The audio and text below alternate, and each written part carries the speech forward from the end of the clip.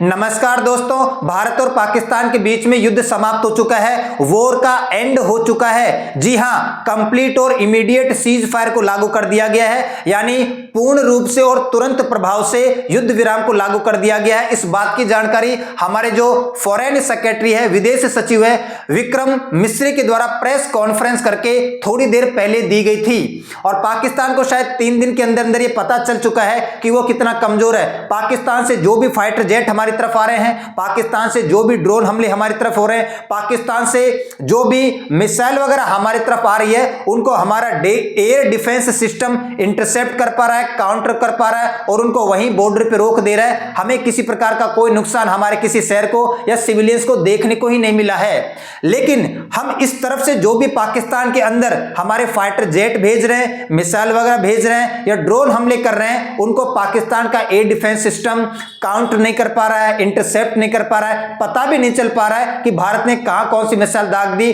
Drone हमला कर दिया या फाइटर जेट को भेज दिया है। तो 3 दिन के अंदर अंदर पाकिस्तान को समझ में आ गया कि हमारी दाल नहीं गलने वाली, पार नहीं पड़ने वाली। तो इकोनॉमी को तबाह करने से अच्छा है कि हमें युद्ध विराम कर लेना चाहिए, भारत के साथ हाथ मिला लेना चाहिए। तो इसकी शुरुआत पाकिस्तान ने ही की है।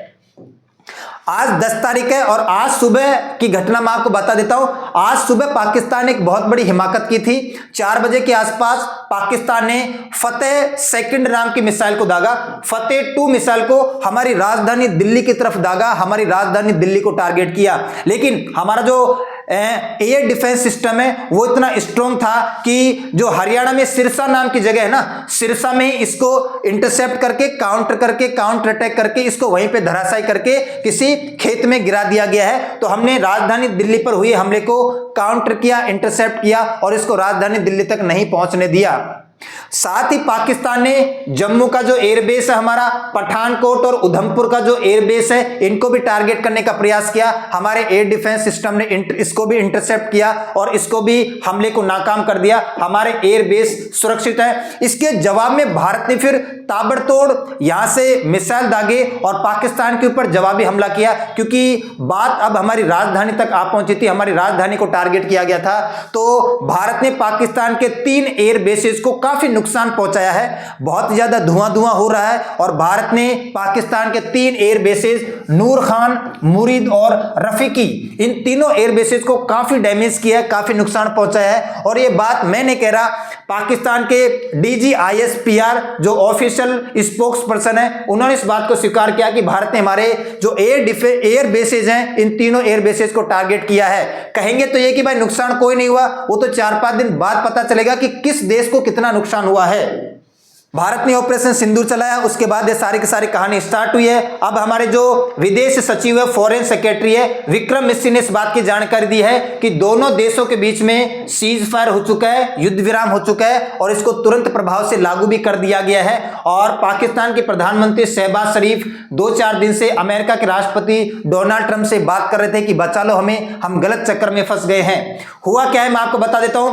पाकिस्तान के जो director general of military operation है, यानी DGMO है, उन्होंने 3:35 पर भारत के जो director general of military operations है उनको कॉल किया 3:35 3:30 बजे के आसपास कि हमें युद्ध विराम कर लेना चाहिए, हमें युद्ध रोक लेना चाहिए। हम भी युद्ध तो चाहते नहीं थे, सिंपल सी बात यह है, हमें जो करना था, जो टेररिस्ट के कैंप थे उनको उड़ाना था, उड़ा दिया। ये तो पाकिस्तान ने हिमाकत की थी, तो हमने भी इस बात को मान लिया कि ठीक है, लड़ाई झगड़े में कुछ भी नहीं है, सीज फायर कर लेते हैं। तो इस बात का इनिशिएट किसने किया? पाकिस्तान ने। युद्ध विराम चाहता कौन है, सीज फायर चाहता कौन है? पाकिस्तान।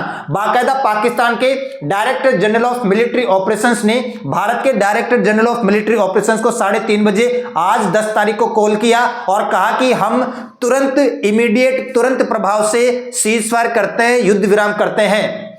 चाहे वो हमारी क्या कह सकते हैं, जल, थल और वायु, ठीक है, तीनों प्रकार की, लैंड, एयर और हमारा जो सी है, थल सेना, जल सेना और वायु सेना, किसी प्रकार का कोई वेपन नहीं चलाएगी, किसी प्रकार का कोई हथियार नहीं चलाएगी। कंप्लीट सीज फायर है, पूर्ण रूप से तुरंत प्रभाव से युद्ध विराम है। 5 बजे के बाद कोई भी वेपन नहीं चलेगा। आज 5 बजे से ये युद्ध विराम या सीज फायर लागू हो चुका है। 5 बजे से ये लागू हो चुका है और साथ में ये भी कहा कि अभी कंप्लीट सीज फायर है, किसी प्रकार का संधि, किसी प्रकार का समझौता, किसी प्रकार का एग्रीमेंट नहीं हुआ है। सिंधु जो जल संधि है उसके बारे में कोई बातचीत नहीं है, शिमला समझौता है उसके बारे में कोई बात नहीं है। तो किसी प्रकार के एग्रीमेंट या समझौते को कोई अंजाम नहीं दिया गया है।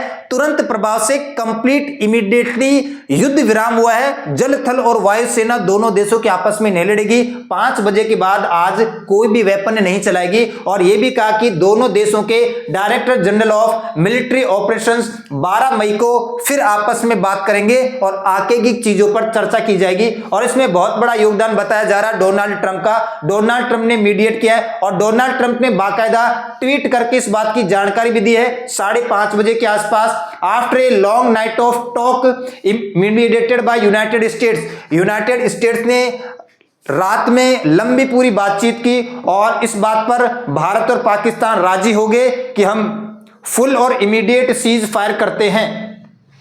और डोनाल्ड ट्रंप ने कांग्रेचुलेट भी किया है कि हाँ भाई, भारत और पाकिस्तान के पास सेंस ऑफ ह्यूमर है और ग्रेट इंटेलिजेंस है कि इन दोनों ने बात को मान लिया और इमीडिएट सीज फायर कर लिया। ठीक है, और यही आज की सबसे ताजा खबर है कि दोनों देशों ने सीज फायर कर लिया, कंप्लीट सीज फायर कर लिया। आज 5 बजे के बाद किसी प्रकार का कोई वेपन नहीं चलाया जाएगा। ठीक है, तो मिलते हैं नेक्स्ट क्लास में, तब तक के लिए सभी को धन्यवाद।